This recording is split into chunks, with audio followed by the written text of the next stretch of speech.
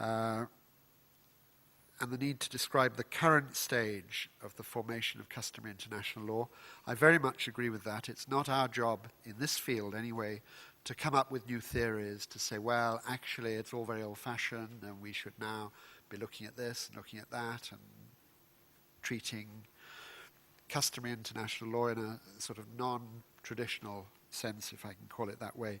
But we do have to be aware of the theories that are out there, if only to show that we've taken them into account in concluding that we should follow the same line as the International Court. You asked how I was intending to take account of writings and indeed case law from Asian and African countries which might be in languages other than English and French. Well, of course, the only answer to that is that I shall have to rely upon colleagues, I shall have to rely upon academic institutions that may study this matter. And I think one advantage of the International Law Commission taking up a topic is that it stimulates consideration in academic institutions. But I can more or less understand what's being said in Spanish, but if it's in Arabic, then I very much look to other members of the Commission and to states to tell me what there is there and to translate the relevant parts and explain the relevant parts as necessary. And the same will be true in any other language, whether it's Farsi or the very many languages in which Chinese, there is no doubt useful information. I'm very conscious of that issue. Dutch is another language that's quite difficult for some of us, for which is a lot of interesting case law in this field. Your third question related to the very important issue whether there is a single approach to the formation of customary international law across the whole field of international law, or whether there are different approaches in different fields. Take the law of the sea, take human rights, take international humanitarian law, environmental law. Are there different approaches? I think my own view on that is that there must be overall a single approach. Otherwise, international law would be very fragmented if you say there's a different basic approach depending on the field. It's often very difficult to say what field you're talking about. Fields overlap anyway. So I think there has to be a single approach, but nevertheless, particular types of rules, the evidence, the materials that you look at may vary. And the International Court gave a good example of that in the recent Germany-Italy case, where it was looking at the question of state immunity. And it said in this area of state immunity, we find particular help in looking at the decisions of national courts, because it's in the national courts that questions of state immunity come up most often. So they said, this is a field where the decisions of national courts are particularly helpful. It may be that in relation to international humanitarian law, if you read the methodology of the International Committee of the Red Cross in their great study of customary law, you see that there are particular issues, particular ways of looking for customary international law. So while saying that overall there must be one general approach, that doesn't exclude that particular types of rules, you have to look for evidence in different ways. I think for your comments on immunity, I'd perhaps leave it to my colleagues to speak. Your emphasis on looking both at lex lata and lex ferenda, I think, is interesting. I'm not sure how practical that will be, because if we start looking at lex ferenda, then we have to look at what the current Special Rapporteur has referred to as the values and principles of the international community, which is something that I find extremely vague. I think once we start introducing a subjective notion of values, and then we start discussing exceptions, for example, we might get into very dangerous ground. Now, the example you gave was that we should look at lex ferenda in relation to determining the scope of persons entitled to immunity ratione personae, going beyond the troika. Well, I wouldn't, I think, say that that would be lex ferenda. That would be extrapolating from existing principles. It would also be relying upon existing case law, including the arrest warrant case of the International Court with its reference to such as, including cases from around the world which have looked at questions of ministers of defense and ministers of commerce and one or two other people. In the English case I mentioned, they looked at whether the head of national security of a state, the National Security Office, was within this small group, and concluded he was not. So there is learning, there is case law that can help to guide the Commission.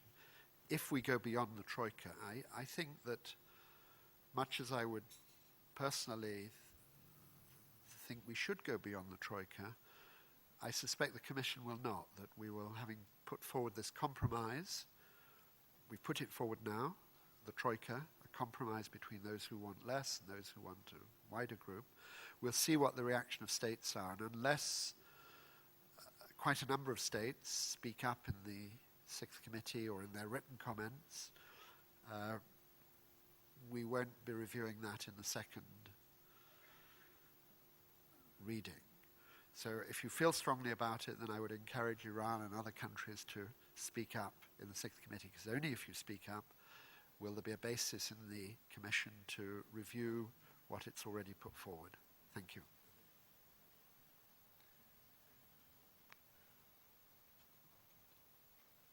Thank you very much. I'll give the floor now to Dr. Rohan Perera to respond on an issue. Thank you, Madam Chairperson. It's really on the last point which Sir Michael Wood touched upon in response to the observation made by Professor Mumtaz that the approach should be one of both lex lata and lege ferenda. Now, the position of the former special rapporteur was that the starting point should be lex lata, and that was more in relation to the question, are there possible exceptions to immunity ratione personae in respect of the Troika?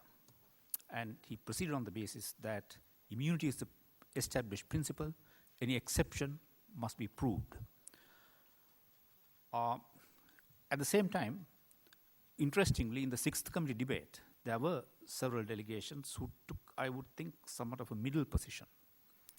That is, once you start with the lex lata approach, and then through that process you identify what are the lacuna in the existing law. And once that is done, then you get on to the lege ferenda approach, once you identified the existing lacuna on the basis of the lex lata approach. But there again, as Sir Michael pointed out, the danger, particularly in the context of possible exceptions, this whole concept of values and principles comes in, which can be subjective, which can be political. So really the point that was made was that lex lata must be the starting point.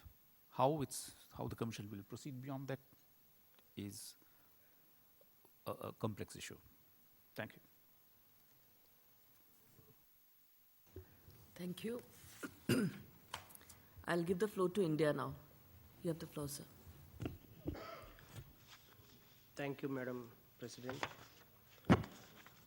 I have a few questions to the panelists. First, on customary international law.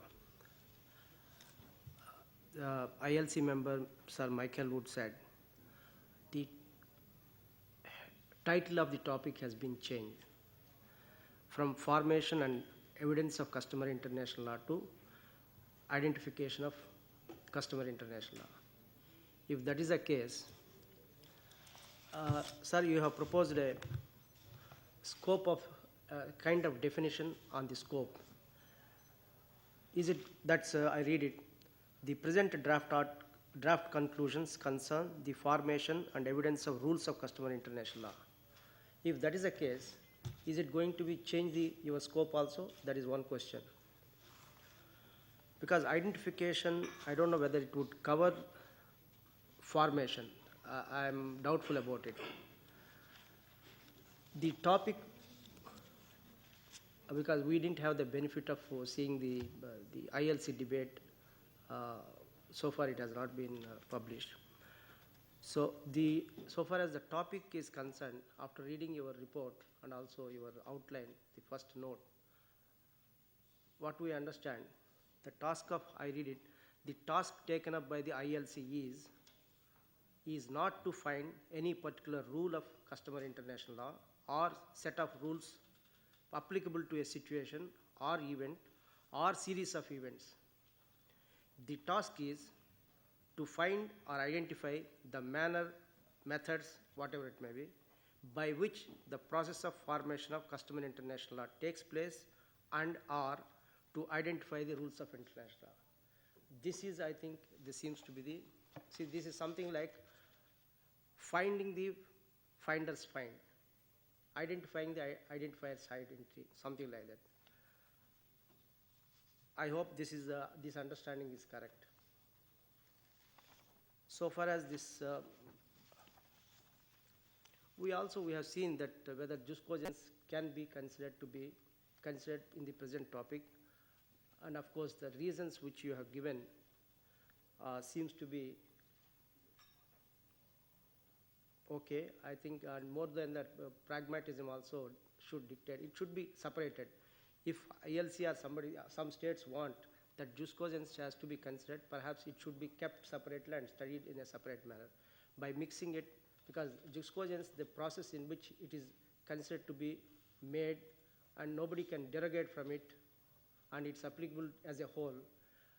Whereas in customary international law, you can even have a regional custom or confined to one area. That's not the case with the jus cogens. So now finally, Madam President, I would like to say, from our side, we welcome the efforts of ILC, and of course, it would be practically useful to the judges and tribunals, which it is addressed to, because there are several cases which we come across in India. So judges, sometimes they make a good decision, sometimes it's neither here nor there. So it would be useful guidance for domestic, especially lawyers or judges deal with domestic law, but also have to deal with international issues also. Therefore, we welcome this. Also, we welcome and look forward to your proposed further studies, especially on the relationship with the general principles of international law recognized by civilized nations. I quoted civilized nations. So that's going to be very interesting. Of course, we know the relationship between customary international law and treaty law, but the relationship of customary international law and general principles recognized by civilized nations, that's going to be we look forward to your studies.